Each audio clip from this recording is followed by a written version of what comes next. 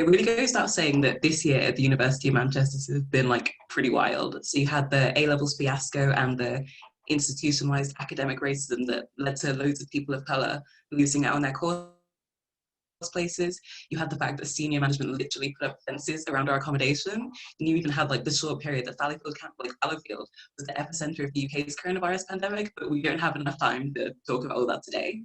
So I'd like to say that, to me at least, singularly most shocking and despicable development in this series of unfortunate events has got to be the deployment of police on Fallowfield campus. I still remember the sheer panic and terror that gripped me the first time I walked outside and saw police officers swarming our accommodation, our homes. This came around the same time as the blatant racial profiling incident of student Zach Aden on campus by security guards. So it's almost laughable that senior management is so tone deaf they decided to like worsen things by buddying up with an institution who are literally lethal to people of color. So just like every single one of the numerous messes the university's created so far this academic year, it's formed students to look out for each other. I'm sure the solidarity is great, but it really would be awesome if we get support from academic institutions that's collecting buckets as we hemorrhage money so they can fill their pockets as we sink into debt in order to fatten their paychecks.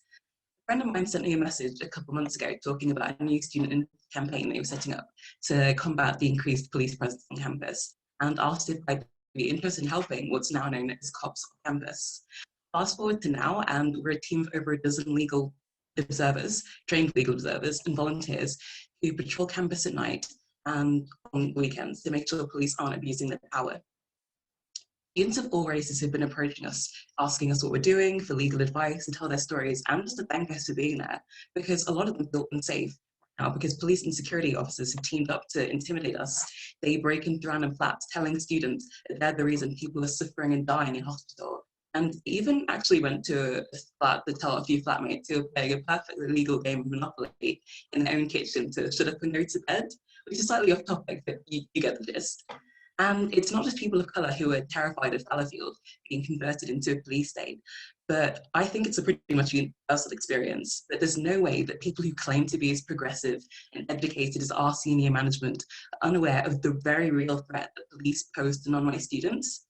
To me anyway, it seems like the university is aware but simply doesn't care. Before I wrap up, I'd like to thank all of you here who are listening. For years, I've been called on to sit on stage or read off a script at assemblies on racism during my time at secondary school. But for the first time, here with all of you, I really feel like people like me are being listened to. And yeah, it really means a lot that you've let me ramble for several minutes while interrupting me, so thanks for that. But on a more serious note, I really appreciate Stand Up to Racism giving me this platform. I only wish this kind of validation and attention and support would be given by the uni, but beggars can't be choosers, I guess.